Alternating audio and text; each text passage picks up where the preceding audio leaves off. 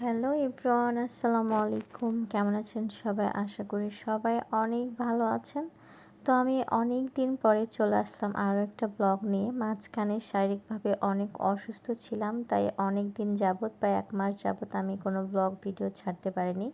তো আমার last blog video ছিল আমার ভাই নদী থেকে ছোট মাছ ধরে নিয়ে এসেছে। সেই মাছগুলো কচুর লতি দিয়ে রান্না করা হবে, তারই একটা ব্লগ। তো রান্নার ভিডিওটা ছাড়া হয়নি, শুধুমাত্র কচুর লতিগুলো কাটা তোলা এই ভিডিওগুলো করা হয়েছে। তো আমার ভাই অনেকগুলো ছোট মাছ নিয়ে এসেছে, দেখতেই পাচ্ছেন। আমার ভাবে মাছগুলো বসে বসে কাটছে।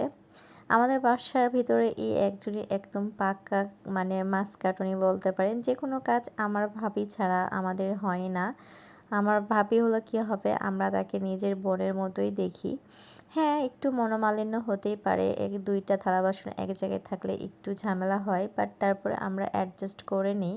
আর এখানে আমার ভাইয়ের সাথে আমার পুচকুটা খেলাধুলা করছে, আর এখানে আমার ভাই বসে বসে মিষ্টি আলু সিদ্ধ করছে। অনেক দিনের মিষ্টি আলুগুলোতে গাছ উঠে গেছে, বাট তার খেতে ইচ্ছে হয়েছে, তাই মিষ্টি আলুগুলো সিদ্ধ করছে। আর এই পাশে আমার ভাতিজা আরও পাড়ার ছোটো ছোটো বাচ্চা কাচ্চাদের নিয়ে খেলাধুলা করছিল। খুব সুন্দর মৃদু হাওয়া বইতেছে, সব মিলে পরিবেশটা অনেক সুন্দর। গ্রামের পরিবেশ আসলে এতটা ভালো, সেটা ভাষায় প্রকাশ করা যাবে না। তো এখানে আমার আম্মু, ওইদিকে আমার ভাই মিষ্টি আলু সিদ্ধ করছে, আর এই চুলাতে আমার আম্মু কচুর লতি চড়িয়ে দিয়েছে, চিংড়ি মাছ দিয়ে রান্না করবে। আর আমার ভাবি রান্না করবে কচুর লতি ব্যায়ামের ছোট ছোট বাচ্চা যেগুলো ধরে নিয়ে আসছে সেগুলো দিয়ে, কারণ ওই মাছ থেকে চিংড়ি মাছগুলো আলাদা করে দেওয়া হয়েছে। তা আম্মু সবগুলো মাখিয়ে নিবে, তাই সব মশলা ঝাল লবণ পরিমাণ মতো দিয়ে নিয়ে, তেল দিয়ে নিয়ে এগুলো একটা ছুন্নির মাধ্যমে নাড়াচাড়া করে নিচ্ছিল, এবং তারপরে চিংড়ি মাছগুলো দিয়ে দিল। এগুলো কচুর লতি, সো হাত দিয়ে যদি মাখাতে চাই তাহলে হাত চুলকাতে পারে, তাই আমার আম্মু ছুন্নি দিয়েই তরকারিটা নাড়াচাড়া করে নিল।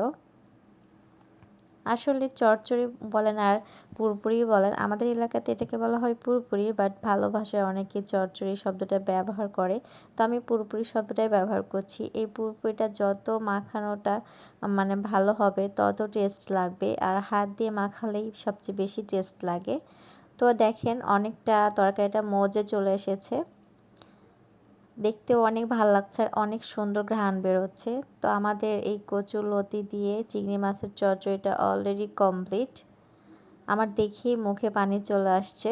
আর এই পাশে আমার ভাবি আরও বেশ কিছু রান্না করার ট্রাই করছিল।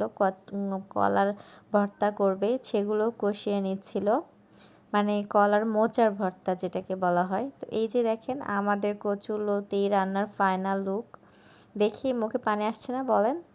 তো খুব সুন্দর মেঘ লাগিয়েছে, মনে হচ্ছে বৃষ্টি হবে কি হবে না, তবে আমার মনে হয় বৃষ্টি হবে না, কেননা হালকা বাতাস বইতেছে, এই বাতাসে মেঘগুলো সরিয়ে নিচ্ছে।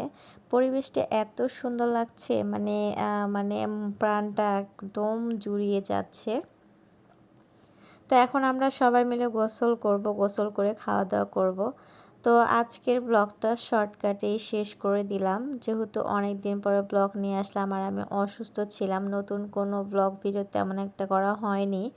তো আমার এই ভিডিওটা কেমন লাগলো আর আমার বাড়ির চারপাশটা কেমন লাগলো প্লিজ কমেন্টস করে জানাবেন। আর আমার চ্যানেলে যদি নতুন হয়ে থাকেন তাহলে প্লিজ সাবস্ক্রাইব করে পাশে থাকবেন। আমি এখন থেকে আবারও রেগুলার চলে আসব নতুন নতুন ব্লগ ভিডিও নিয়ে আপনাদের মাঝে। অবশ্যই আমার ভিডিওটা লাইক দেবেন এবং সাবস্ক্রাইব করে পাশে থাকবেন, আর কমেন্টস করবেন অবশ্যই। আপনারা যদি কমেন্টস করে আমার পাশে থাকেন তাহলে আমারও এই ব্লগ ভিডিও ছাড়তে ভালো লাগবে। তো নেক্সট টাইম আবার কথা হবে। আল্লাহ হাফিজ।